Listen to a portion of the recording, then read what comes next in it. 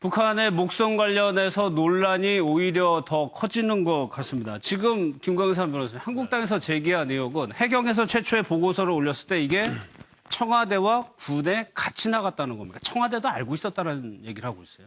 이 보고 자체는 뭐 청와대, 국정원, 그다음에 합참 다 보고를 했다고 얘기를 하고 있고, 예. 근데 해경이 보고한 내용을 보면 뭐 완전히 그 초동의 어떤 사실관계에 대해서 거의 명확하게 보고서에 적혀 있다고 봐요. 물론 예. 이제 중간에 날짜가 좀 오기가 있어서 날짜를 정정한 건 있지만, 그런데 사실 15일 날인데 그날 이제 새벽에 발견을 했고, 그다음에 신고가 들어왔고, 그다음에 보고를 했고, 새벽에 또 보고를 바로 했어요.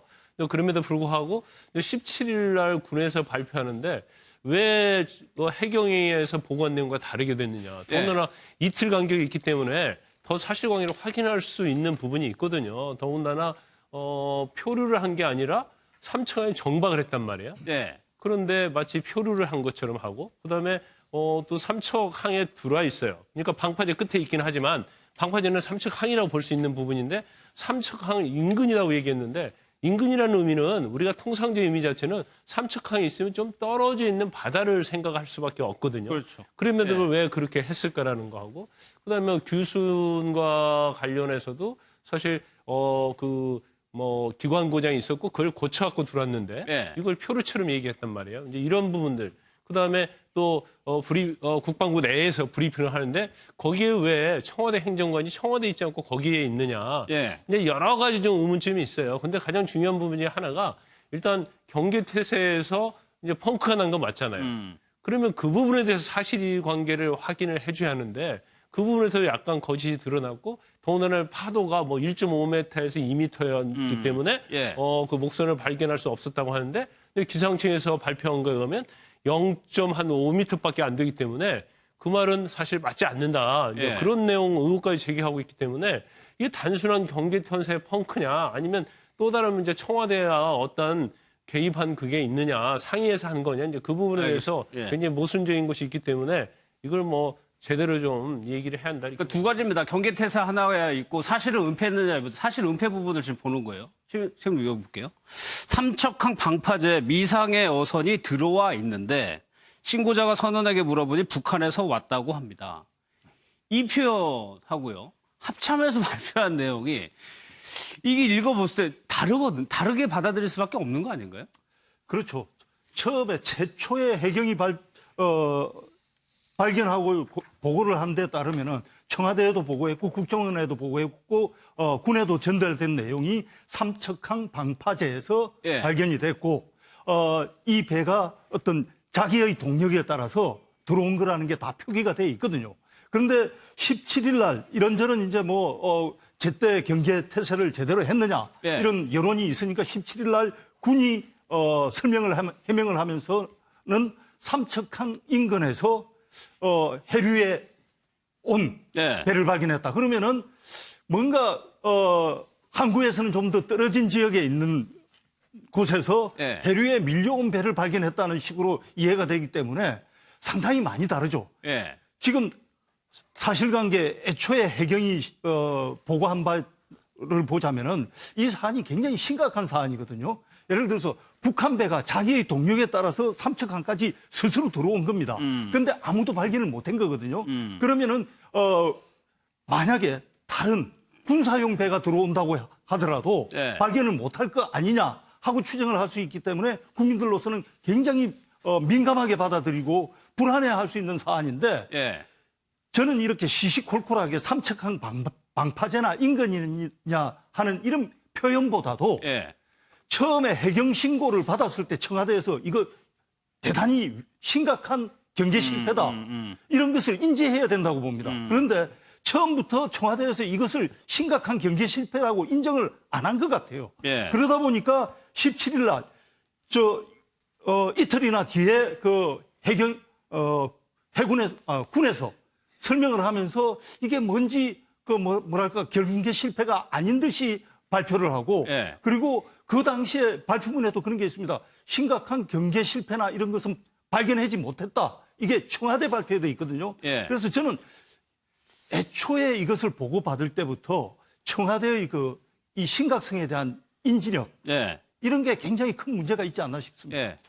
청와대에서는 삼척항에 방파제가 포함된 의미다. 사실 단어의 뜻을 궁금해하는 게 아니고 이게 사실관계가 국민들이 어떻게 받아들여지냐 그게 중요한 거거든요. 예. 사실은 저는 이 보도가 되었을 때 두 가지 사건이 다른 사건인 줄 알았습니다.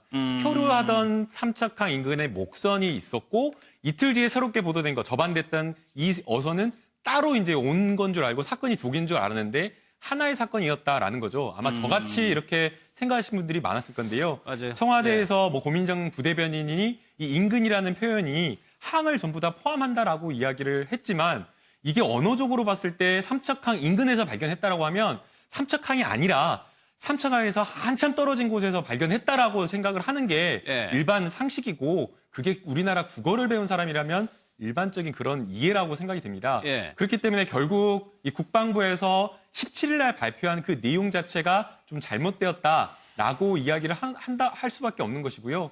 또 이 국방부에서 또 더 하나 잘못한 건 왜 해경에서 먼저 한번 이틀 전에 발표를 했는데 이런 부정확한 표현을 발표해서 오히려 혼선을 가져왔는지 이해할 수 없고요. 또 청와대 고민정 부대변인이 한 이야기를 보면 부대변인 한 이야기를 보면 대변인이 한 이야기를 보면 여러 가지 조금 민감한 사안들이 있기 때문에 비공개로 해야 된다라고 이야기를 하면서 비공개를 매뉴얼에 따라서 간략하게 설명한 거다라고 이야기를 했는데 이것도 좀 납득이 안 간 것이 그 북에서 내려온 어떤 사람들의 신원이라든가 어떤 사람인가 어떤 목적인가 이런 것들은 더 조사를 해봐야 되고 어떤 신분인지 이건 당연히 비공개라는 게 맞다라고 생각이 됩니다. 그러나 어떤 경로를 통해서 어떻게 대한민국에 오게 됐는지 이건 당연히 국민들에게 설명을 해야 되고 이게 설명된다고 하더라도 어떤 보안상의 문제라든가 국가안보상의 문제가 없기 때문에 공개해야 할 사안과 공개하지 않아야 될 사안이 분명히 구분되는데 이거를 전부 다 뭉뚱그려가지고 비공개 사안이니까 매뉴얼에 따라서 간략하게 이야기했다. 이 해명도 납득하기가 좀 어렵기 때문에 조금 더 책임을 인정할 건 인정하고 솔직하게 말하는 게 좀 필요해 보입니다. 그러면요, 당시에 북한 주민의 얘기하고요, 국방부 대변인 얘기 좀 들어보겠습니다. 우리가 그저 바다에서 한 4일 동안 준비했습니다.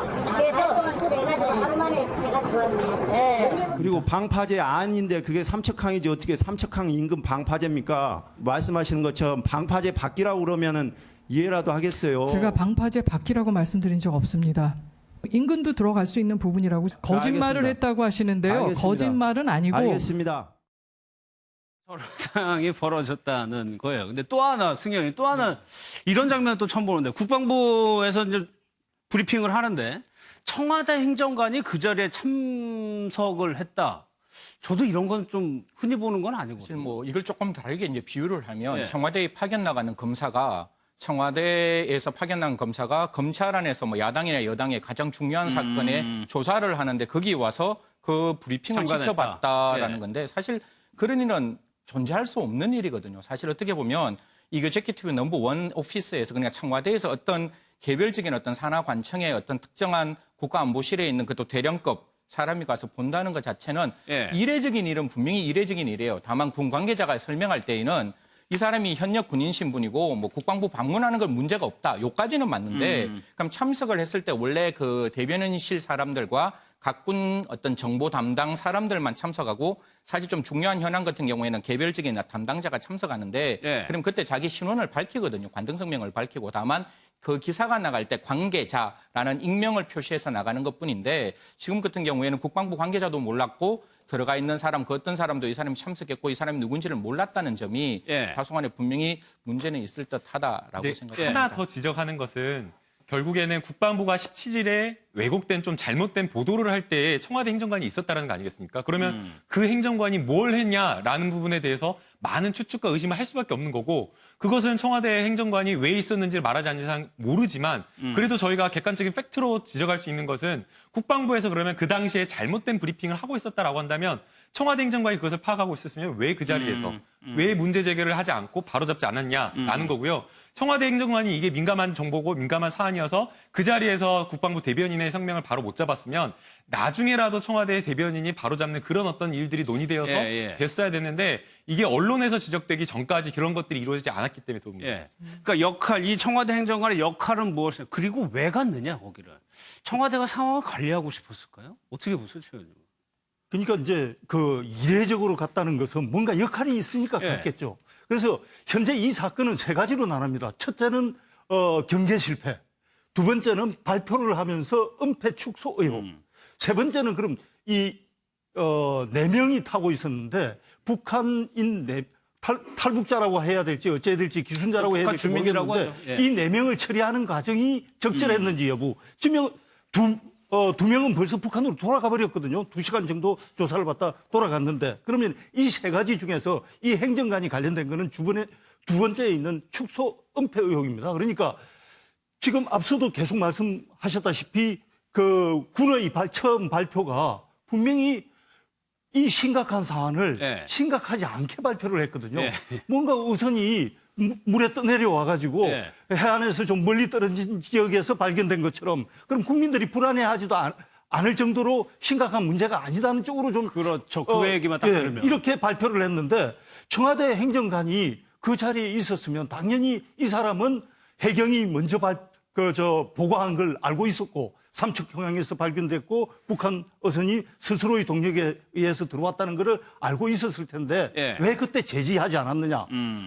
제지하지 않았던 것만 해도 문제가 되는데 혹시 이 사람이 오히려 지시를 해서 군이 그렇게 발표한 거 아니냐. 그러면은 그렇게 본다면은 축소 은폐의 최종 책임은 청와대에 있는 것이 아니냐. 예. 이렇게 해석할 수 있기 때문에 지금 이 행정관의 역할에 논란이 대해서 되는 계속 거죠? 의문을 제기하는 거죠. 뭐 대통령도 제대로 조사를 하라고 했으니까 보고. 예, 뭐 근데 이제 국방부에 출입을 하려고 하면 미리 그걸 허가를 얻어야 합니다. 예. 굉장히 어려워요. 이제 군 출입할 때 보면 저희도 뭐 재판하러 갈 때도 굉장히 그게 까다롭거든요. 군내 재판 가려고 하면. 근데 이 행정관이 그 전에도 이 사건 목선 사고 난 다음에 두세 번 정도 국방부를 갔다 왔다는 거죠. 그러니까 그럼 왜 두세 번 정도 갔을까 하는 그런 의구심이 좀 들고 그다음에 왜 그 자리에 갔을까? 근데 그 자리에 가서 그 뭐 잘못하면 그 제지할 수는 없을 거예요. 예. 그러면 군에서는 뭐 그런 얘기를 하죠. 좀 굉장히 이례적인 사건이니까 귀순 사례가 참여했다고 하는데 이거 별로 이례적이지 않거든요. 이게 뭐 어떤 뭐 대군과 관련된 그런 것이 아니다고 국방부에서 주장을 하니까 그래서 그 부분에서 그러니까 의혹을 가질 수밖에 없는 거죠. 예. 청와대에서 이틀이나 지난다면서 내용을 다 알고 있었는데 국방부가 뭔가를 이 얘기를 해서 이렇게 국방부에서 제가 은폐하려고 한 게 아니냐. 근데 그런 부분에 대해서 확실히 속 시원하게 답이 나오고 있지 예. 않는 거예요. 어딘가에서 조금 스텝이 꼬인 것 같은 느낌이 듭니다. 뭐 조사를 한다고 하니까 조사 결과까지 한번 봐야 되겠죠. 한국당 총선 관련 얘기를 좀 해보겠습니다. 김남국 변호사님. 이제 총선에 인재 영입이라고 늘 하는 거예요. 근데 인물들, 거론되는 인물들을 보면은 눈길을 확 사로잡는 인물들이긴 합니다. 네, 정말 대단하신 분들이 많이 나오는데요. 박찬호 씨가 지금 제일 먼저 거론이 되고 있고요. 예. 사실 이제 박찬호 씨 같은 경우 요즘에 투머치 인포메이션, 투머치 토커라고 해가지고 CF 광고로 굉장히 많이 이제 떠오르고 있는데 굉장히 좀 신선하고 열성적이고 열심히 하는 그런 어떤 이미지 이런 것들을 좀 자유한국당에서 좀 생각을 한 것 같습니다. 그리고 이제 두 번째 또 거론이 되는 사람 그리고 가장 유력하다라고 이야기가 나오고 있는 사람이 바로 이제 이국종 교수인데요. 예. 자유한국당에서 한 여러 가지 토론회 그래서 토론회에서 당시에 김성태 전 원내대표와 이원주 의원과 함께하는 그런 모습을 보여줘가지고 이국종 교수가 자유한국당의 영입 대상으로 가는 것 아니냐라는 이런 관측이 나오고 있는 상황이고요. 예. 그 외에도 뭐 손동열 씨라든가 백종원 씨도 이 관심 대상에 올라와 있다라고 지금 이야기를 하고 있는데 예. 이 지금 물망에 올라와 있는 네 분들, 말씀드린 네 분들의 특징이 있습니다. 자유한국당에서는 영입 인사 대상이라고 이야기를 하고 있지만 이분들은 전부 다 정치에는 뜻이 없다, 예. 관심이 없다라고 이야기를 하고 있기 때문에 이분들이 정말 정치를 시작하려고 할지 조금 의문이고요. 또 하나 이제 저희가 주목해야 될 거는 시기가 굉장히 좀 빨라졌다는 겁니다. 대개 영입 그러네요. 인사와 관련되어서는 총선에 가까워져서 이야기를 하고 총선에 가까워져서 이렇게 좀 발표가 되고 하는데 지금 현재 자유한국당이 총선 내년 4월이니까 한 9개월가량 남은 상황인데 예. 조금 빨리 개혁과 관련된 속도 작업을 조금 속도를 내는 그런 모습을 좀 보이고 있는 것 예. 같습니다. 김남국 변호사 지적을 했지만 본인들의 의사와는 무관하게 그냥 한국당의 리스트업을 쭉 하는 겁니다. 이게 이제 비례대표로 영입을 하겠다는 의미인 것 같아요. 그게 원래 비례대표 취지이긴 하지만 글쎄 그런 너무 대중성에만 치우치는 건 문제가 없을까요? 그렇죠. 지금 국회에 들어가 있는 현재의 의원인 조훈현 의원이 네. 최근에 언론 인터뷰를 했죠. 최고 바둑 기사 아니겠습니까? 근데 그분이 다음 선거에는 나오지 않겠다 하면서 하신 말씀이 고기 잡는 사람한테 농사를 맡기면 제대로 하겠느냐 하고 언론 인터뷰에서 얘기를 했는데 유명세만 믿고 유명세에 기대해가지고 정치권으로 사람을 영입하려는 것은 예. 글쎄 제가 보기에도 스스로 정치인들이 정치의 전문성을 스스로 인정하지 않는 일 아닌가 이런 생각이 듭니다. 알겠습니다.